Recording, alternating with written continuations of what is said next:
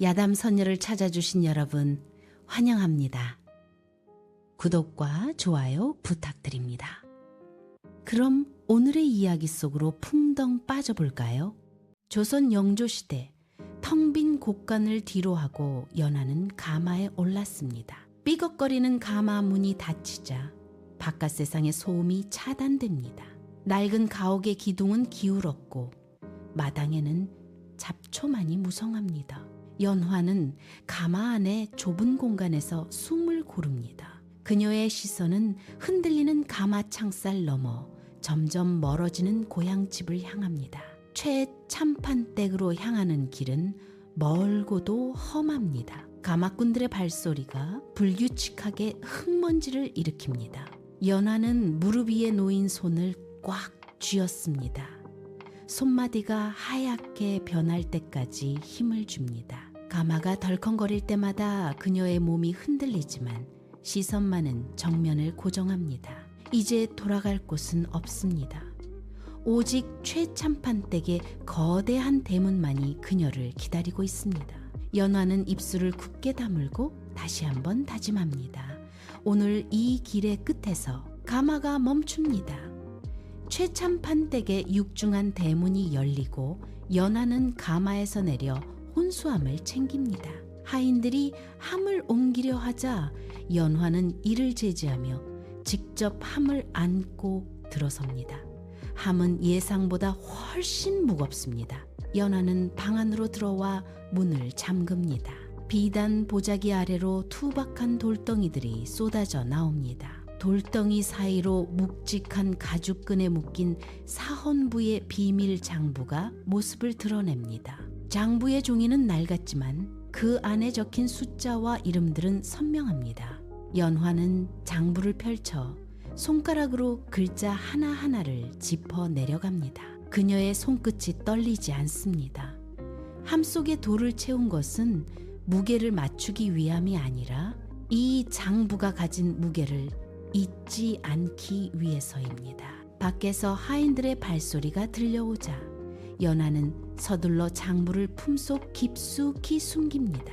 이제 사냥꾼의 덫은 설치되었습니다. 최참판의 저택은 거대한 성체와 같습니다. 높게 솟은 담벼락은 하늘을 가리고 겹겹이 쌓인 기와는 위압감을 뿜어냅니다. 마당 한가운데 서 있는 최참판은 입꼬리를 비틀며 웃습니다. 그의 눈은 연화의 가문이 가진 명예를 어떻게 자신의 족보에 더 씌울지 계산하느라 분주합니다. 그는 하인들에게 손짓하며 연화가 가져온 혼수함을 확인하라고 명령합니다. 그는 자신의 권력이 영원할 것이라 믿으며 연화를 그저 가문의 흠집을 지울 도구로만 취급합니다. 저택의 복도를 걸을 때마다 들리는 삐걱거리는 나무 소리는 그의 탐욕이 갉아먹은 집안의 몰락을 예고합니다. 그는 연화를 향해 다가오며 짐짓 인자한 척하지만 최참판은 연화가 가져온 것이 돌덩이인지 보물인지 알지 못한 채 오직 자신의 지위를 높일 생각에 들떠 있습니다. 그는 연화를 며느리로 맞이하는 이 혼례가 자신의 완벽한 승리라고 확신합니다. 하지만 그가 딛고 있는 이 거대한 성체의 바닥은 이미 연화가 설치한 덫으로 인해 흔들리고 있습니다. 최참판은 자신의 탐욕이 스스로를 파멸로 이끌고 있다는 사실을 전혀 눈치채지 못합니다. 연화는 저택의 깊숙한 복도를 따라 걷습니다. 발밑의 마루가 삐걱거릴 때마다 그녀는 멈춰 서서 소리의 근원을 살핍니다. 대청마루를 지나 안채로 향하는 길목. 그녀의 시선은 더 이상 수줍은 신부의 것이 아닙니다. 창살 사이로 들어오는 빛을 따라 방의 구조와 하인들의 동선을 머릿속에 새깁니다. 그녀는 멈춰 서서 벽에 걸린 낡은 족자 뒤의 틈새를 확인합니다. 이곳은 이제 그녀에게 혼례를 치를 안방이 아니라 먹잇감을 몰아넣을 사냥터입니다. 연화는 주먹을 꽉 쥐었답니다. 손바닥에 남은 붉은 자국은 그녀가 품은 복수의 온기입니다. 수동적인 신부의 가면은 이미 벗겨졌습니다. 그녀는 고개를 들어 천장의 석가래를 응시합니다. 저택의 주인인 최참판이 어디에 있는지, 그가 어떤 통로로 도망칠지 계산이 끝났습니다. 연화는 숨을 깊게 들이마십니다. 공기 중에 섞인 묵은 먼지와 비린내를 맡으며 그녀는 스스로에게 속삭입니다. 이제부터는 사냥꾼의 시간이라고. 그녀는 다시 걸음을 옮깁니다. 이번에는 발소리를 죽이지 않습니다. 오히려 자신의 존재를 저택 곳곳에 각인시키듯 당당하게 마루를 울립니다. 방문이 거칠게 열립니다. 술기운에 비틀거리는 덕구가 방 안으로 들어섭니다. 그는 술 냄새를 풍기며 촛불이 일렁이는 방 한가운데 멈춰섭니다. 방 안은 고요합니다. 연화는 촛불을 등지고 앉아 미동도 하지 않습니다. 덕구는 손을 뻗어 상을 짚으려 하지만 손이 미끄러져 헛발질을 합니다. 공기는 팽팽하게 당겨진 활시위처럼 굳어 있습니다. 덕구의 거친 숨소리가 방 안의 정적을 깹니다. 그는 연화의 곁으로 다가가려 하지만 그녀의 서늘한 기운에 압도되어 뒷걸음질 칩니다. 그녀의 눈빛은 촛불보다 날카롭게 빛납니다. 덕구는 마른 침을 삼키며 벽 쪽으로 물러납니다. 두 사람 사이의 거리는 좁혀지지 않습니다. 방 안을 채운 것은 술 냄새와 촛불 타는 소리, 그리고 곧 닥칠 폭풍을 예감하는 긴장감 뿐입니다. 연화가 품 안에서 은장도를 꺼냅니다. 금속이 옷감과 마찰하며 서늘한 소리를 냅니다. 그녀는 망설임 없이 은장도를 덕구의 발치마루 바닥에 내리꽂습니다. 둔탁한 파여름이 방 안을 울립니다. 덕구의 술기가 순식간에 달아납니다. 연화는 덕구의 눈을 똑바로 응시하며 차분한 목소리로 입을 엽니다. 그녀는 최참판이 10년간 백성들의 곡식을 횡령한 장부의 내역을 하나씩 읊조립니다. 곡간의 쌀이 어디로 사라졌는지, 사원부 관리에게 건넨 뇌물이 얼마인지 구체적인 수치를 들이댑니다. 연화의 목소리는 낮고 단단합니다. 그녀는 덕구가 믿어온 가문의 명예가 사실은 썩은 뿌리 위에 세워진 사상 누각임을 증명합니다. 덕구는 바닥에 꽂힌 은장도와 연화의 서늘한 얼굴을 번갈아 봅니다. 연화는 멈추지 않습니다. 그녀는 덕구의 턱을 들어 올리며 가문의 추악한 실체를 그의 귓가에 박아 넣습니다. 덕구의 무릎이 힘없이 꺾입니다. 그는 바닥에 꽂힌 은장도 근처로 털썩 주저앉습니다. 방금 전까지 그를 지탱하던 가문의 위세가 한순간에 무너져 내린 듯합니다. 그의 어깨가 걷잡을 수 없이 떨립니다. 연화는 그를 내려다봅니다. 그녀는 움직이지 않습니다. 촛불이 그녀의 등 뒤에서 일렁이지만 그녀의 표정은 얼음처럼 굳어 있습니다.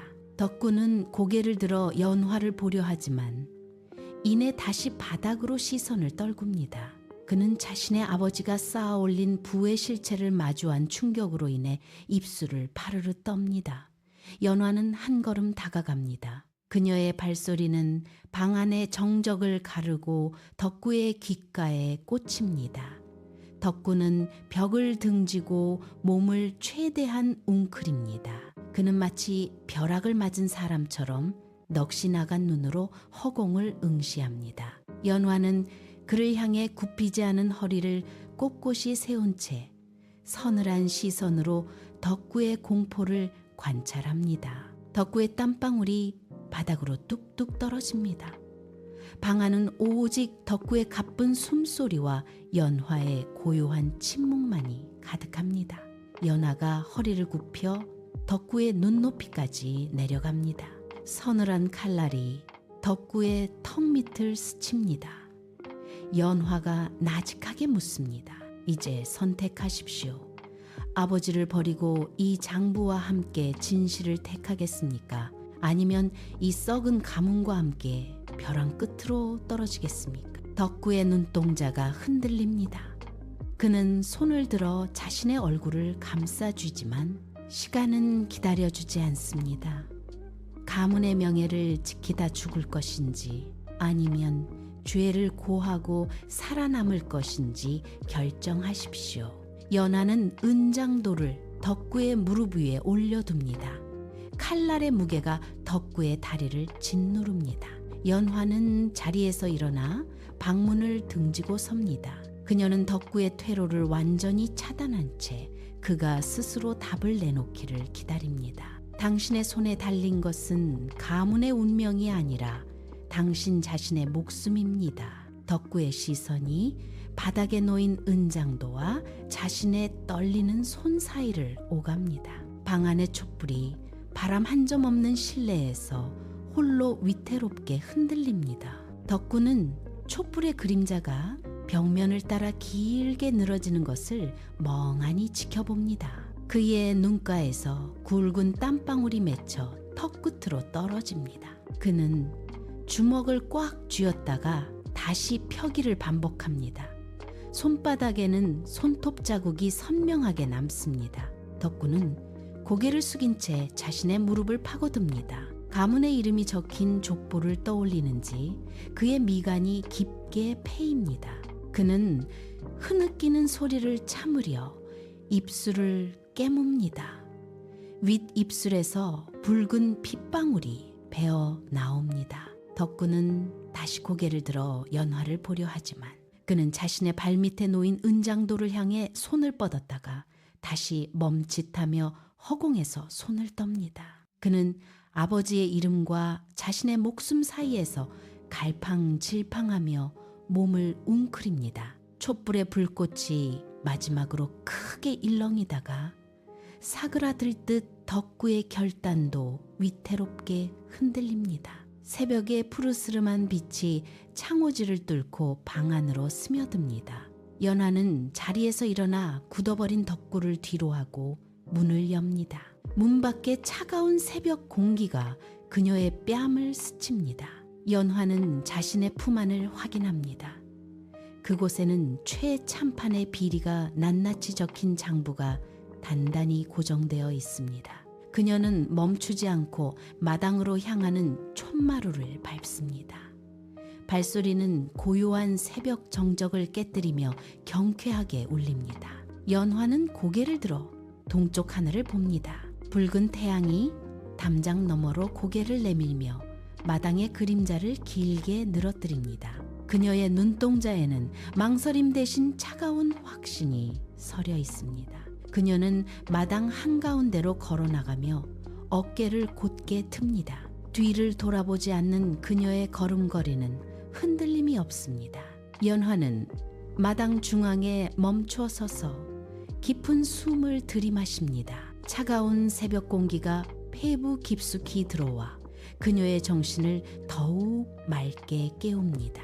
최참판은 마당 중앙에 놓인 평상에 앉아 찻잔을 들어 올립니다.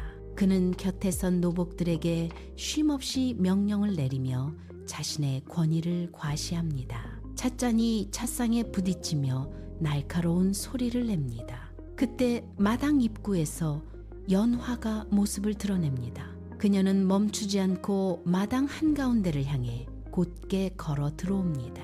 자갈 밟는 소리가 마당의 모든 잡담을 덮어버립니다. 노복들은 연화의 서늘한 기운을 감지하고 하던 일을 멈춘 채 뒷걸음질 칩니다. 최참판은 찻잔을 든 채 고개를 돌려 연화를 응시합니다. 그의 눈썹이 꿈틀거리고 입가에는 비릿한 웃음이 번집니다. 연화는 최참판의 시선을 피하지 않고 정면으로 마주합니다. 그녀가 한 걸음 내디딜 때마다 마당의 공기는 더욱 무겁게 가라앉습니다.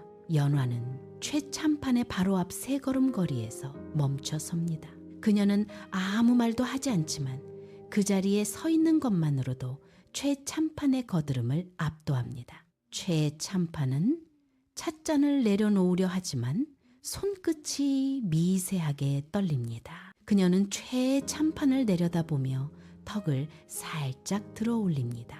최참판이 헛웃음을 터뜨리며 자리에서 일어납니다. 그는 연화의 뺨을 향해 손을 휘두르려다 멈칫합니다. 찻잔이 바닥에 떨어져 산산조각 납니다. 날카로운 파편이 연화의 발치로 튀지만 그녀는 눈 하나 깜빡이지 않습니다. 최참판은 짐진 목소리를 높여 노복들을 부릅니다. 당장 저 계집을 끌어내라며 고함을 지르는 그의 얼굴이 붉게 달아오릅니다. 하지만 연화는 그의 고함이 채 끝나기도 전에 품 안에서 두툼한 장부를 꺼내듭니다. 장부의 낡은 종이 냄새가 바람을 타고 마당으로 퍼집니다. 순간 최참판의 입에서 나오던 비난의 소리가 뚝 끊깁니다. 마당을 채우던 하인들의 웅성거림도 멈춥니다. 바람조차 불지 않는 듯한 기묘한 정적이 마당을 덮칩니다. 모두의 시선이 연화의 손끝에 들린 장부로 쏠립니다. 최참판은 굳어버린 채 장부를 뚫어지게 응시합니다. 그의 동공이 흔들리며 입술이 파르르 떨립니다. 연화는 장부를 쥔 손에 힘을 주어 꽉 움켜줍니다. 연화의 손끝에서 장부가 떠납니다. 묵직한 종이 뭉치가 허공을 가르고 최참판의 발등 위로 툭 떨어집니다. 둔탁한 소리가 마당의 정적을 깨뜨립니다. 최참판은 자신의 발치에 놓인 장부를 내려다봅니다. 그의 시선이 멈춘 곳은 장부의 겉표지, 그곳에 찍힌 관청의 인장입니다. 연화는 한 걸음 더 다가서며 최참판을 굽어봅니다. 그녀의 목소리는 낮지만 마당 구석구석까지 선명하게 울려 퍼집니다.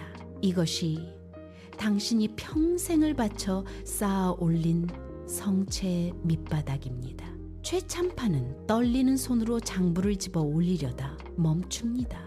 연화는 최참판의 얼굴을 뚫어지게 응시하며 말을 잇습니다. 당신의 위선은 이제 끝났습니다. 오늘 이 장부가 낱낱이 증명할 것입니다. 최참판의 입술이 하얗게 질려 벌어집니다. 그는 반박하려 하지만 목구멍에서 쇳소리만 새어나옵니다. 연화는 최참판의 어깨를 지나쳐 마당 중앙으로 시선을 옮깁니다. 그녀는 최참판을 향해 마지막 경고를 던지듯 차갑게 미소 짓습니다. 최참판의 손이 떨리며 장부의 첫 장을 넘깁니다. 그의 얼굴이 흑빛으로 변하며 턱이 아래로 툭 떨어집니다. 장부를 쥔 손가락 마디가 하얗게 질립니다. 그는 믿을 수 없다는 듯 뒷장을 급히 넘기지만 그곳에도 가문의 치부가 적나라하게 드러나 있습니다. 최참판의 입에서 짐승 같은 거친 숨소리가 새어 나옵니다. 그의 동공이 갈 곳을 잃고 마당을 훑습니다. 주변을 둘러싼 노복들이 웅성거리기 시작합니다. 담장 너머로 고개를 내밀던 하인들이 서로의 얼굴을 마주보며 수군거립니다. 누군가 바닥에 떨어진 장부의 사본을 줍기 위해 발을 내딛자 최참판이 꽥 소리를 지르며 그것을 낚아챕니다. 마당의 공기는 순식간에 불신과 공포로 뒤바뀝니다.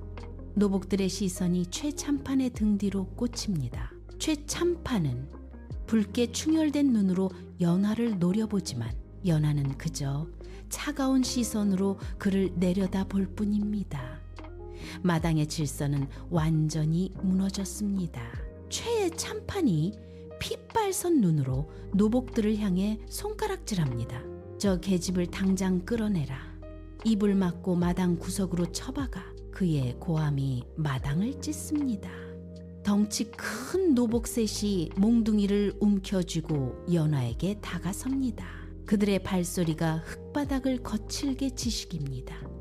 노복들이 연화의 양팔을 거칠게 낚아채려 손을 뻗습니다. 하지만 연화는 한치의 미동도 없습니다. 그녀는 다가오는 노복들의 눈을 정면으로 쏘아봅니다. 그녀의 눈빛은 얼음처럼 차갑고 흔들림이 없습니다. 노복들의 손이 연화의 어깨에 닿기 직전 그녀가 한 걸음 앞으로 나아갑니다. 기세에 눌린 노복들이 멈칫하며 뒷걸음질 칩니다. 연화는 그들을 훑으며 입가에 서늘한 미소를 띄웁니다. 누가 감히 나를 건드리느냐. 그녀의 목소리는 낮지만 쇳소리처럼 날카롭습니다. 노복들은 서로의 눈치를 보며 몽둥이를 든 손을 떨기 시작합니다. 마당 한가운데 연화와 노복들 사이의 거리가 팽팽한 긴장으로 가득 찹니다. 그녀는 꼿꼿이 허리를 펴고 노복들의 위협을 온몸으로 받아냅니다. 연화가 마당 한가운데서 꼿꼿이 고개를 듭니다. 그녀의 목소리가 낮게 깔리며 마당 구석구석까지 파고듭니다. 이미 늦었습니다. 사헌부로 향한 장부의 사보는 어젯밤 이미 관가에 도착했습니다. 그 말이 떨어지자마자 마당의 공기가 멈춥니다. 최참판의 얼굴에서 핏기가 씻겨나갑니다. 그는 헛웃음을 터뜨리며 고개를 가로젓습니다. 거짓이다!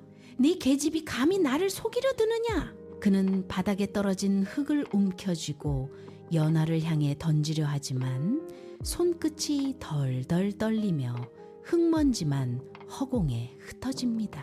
연화는 한 걸음 더 다가갑니다. 그녀의 발소리가 마당의 돌바닥을 울립니다. 최참판은 뒷걸음질 치다 마당 끝 담장에 등이 부딪힙니다. 더 이상 물러설 곳이 없습니다. 그는 쥐고 있던 장부 조각을 구기며 바닥으로 주저앉습니다. 그의 눈동자가 공포로 가득 차 흔들립니다. 연화가 그를 내려다보는 시선은 차갑고 단호합니다. 이제 최참판의 숨소리만이 마당을 채우고 그는 자신의 파멸을 직감한 듯 고개를 떨굽니다. 최참판이 거친 숨을 몰아쉬며 바닥을 짚고 일어서려 합니다. 그때 마당 입구 쪽에서 묵직한 발소리가 들려옵니다. 덕구입니다. 그는 흔들림 없는 걸음으로 마당을 가로질러 연화의 곁으로 다가갑니다. 최참판의 눈이 크게 떠집니다. 그는 자신의 아들을 향해 떨리는 손을 뻗습니다. 덕구야, 네가 어찌 이럴 수 있느냐? 저 계집의 늪에 빠진 것이냐? 덕구는 대답 대신 연화의 옆에 나란히 섭니다. 그는 아버지를 정면으로 응시하며 입을 엽니다. 아버님, 이제 그만하십시오. 저 또한 이 가문의 죄를 함께 짊어지고 관가로 가겠습니다. 그 말이 떨어지자 최참판의 얼굴이 흑빛으로 변합니다. 그는 믿었던 혈육의 배신에 몸을 휘청입니다. 덕구의 단호한 태도는 최참판의 마지막 방어선을 무너뜨립니다. 그는 아들의 얼굴을 뚫어지게 쳐다보지만 그곳에는 자신이 알던 유약한 아들의 모습은 없습니다. 최참판은 가슴을 움켜쥐고 뒤로 물러납니다. 가장 믿었던 혈육이 적의 편에 섰다는 사실이 그의 숨통을 조여옵니다. 마당의 공기는 차갑게 식어버리고 최참판은 자신의 세상이 완전히 무너졌음을 직감합니다. 최참판의 무릎이 힘없이 꺾입니다. 흙바닥에 닿는 그의 무릎에서 둔탁한 소리가 울립니다. 그는 자신의 손으로 일궈온 권력의 성체가 찰나에 무너지는 것을 봅니다. 마당을 둘러싼 담장은 이제 그를 가두는 감옥이 되어 그가 쥐고 있던 가문의 위세는 흩어지는 먼지보다 가볍습니다. 그는 바닥을 긁으며 일어서려 하지만 손가락 끝에 힘이 들어가지 않습니다. 연하는 그를 내려다보며 한 걸음 물러납니다. 최참판의 눈앞에서 가문의 족보가 바람에 날려 마당 구석으로 처박힙니다. 그는 족보를 잡으려 손을 뻗지만 찢어진 종이 조각만이 손에 남습니다. 탐욕으로 쌓아 올린 성체의 기둥이 흔들리고 지붕에서 기와가 떨어져 깨지는 소리가 마당을 가득 채웁니다. 최참판은 자신의 이름이 적힌 문패가 바닥에 떨어져 반으로 갈라지는 것을 멍하니 바라봅니다. 그는 이제 더 이상 참판이 아닙니다. 권력의 정점에서 바닥으로 추락한 그에게 남은 것은 텅 빈 눈동자와 거친 숨소리뿐입니다. 마당의 모든 이들이 그를 외면하고 최참파는 스스로 무너뜨린 자신의 세계 속에서 완전히 고립됩니다. 연화는 굳게 닫혀있던 비자금 창고의 빗장을 걷어찹니다. 낡은 나무 문이 비명을 지르며 양옆으로 활짝 열립니다. 그 안에는 10년간 굶주린 백성들의 피땀이 쌀가마니와 엽전 꾸러미로 쌓여 있습니다. 연화가 덕구에게 눈짓하자 두 사람은 무거운 쌀가마니를 마당으로 끌어내립니다. 밧줄이 끊어지고 쌀알이 바닥에 쏟아져 내립니다. 마당 밖에서 숨죽이던 백성들이 하나 둘씩 조심스럽게 발을 들입니다. 연화는 엽전 꾸러미를 바닥에 쏟아붓습니다. 챙그랑거리는 금소금이 마당을 가득 채웁니다. 백성들은 처음에는 주저하다가 이내 쌀을 움켜쥐고 엽전을 품에 안습니다. 굶주림에 퇴랬던 눈의 생기가 돌기 시작합니다. 최참파는 구석에 앉아 그 광경을 멍하니 바라봅니다. 연화는 창고 깊숙한 곳에서 마지막 장부를 꺼내 불길 속으로 던져 넣습니다. 종이가 타들어가며 재가 되어 흩어집니다. 연화는 백성들의 손을 잡고 그들이 짊어진 짐을 덜어줍니다. 탐욕의 성체는 이제 사람의 온기가 흐르는 광장이 됩니다. 연화는 이제 텅 빈 저택의 안방으로 들어섭니다. 그녀는 몸을 옥죄던 화려한 매듭을 하나씩 풀어 헤칩니다. 바닥으로 떨어지는 비단 조각들이 사뿐한 소리를 냅니다. 덕구 역시 자신의 몸을 감싸고 있던 무거운 겉옷을 벗어 바닥에 던집니다. 두 사람은 서로의 눈을 마주합니다. 연화는 괴짝 깊숙이 넣어두었던 거친 무명옷을 꺼냅니다. 손끝에 닿는 투박한 질감이 생경합니다.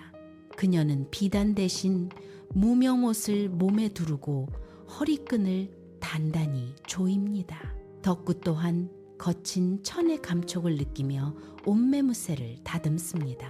방 한구석에는 이제는 아무런 의미가 없는 화려한 옷가지들이 헝클어진 채 쌓여 있습니다.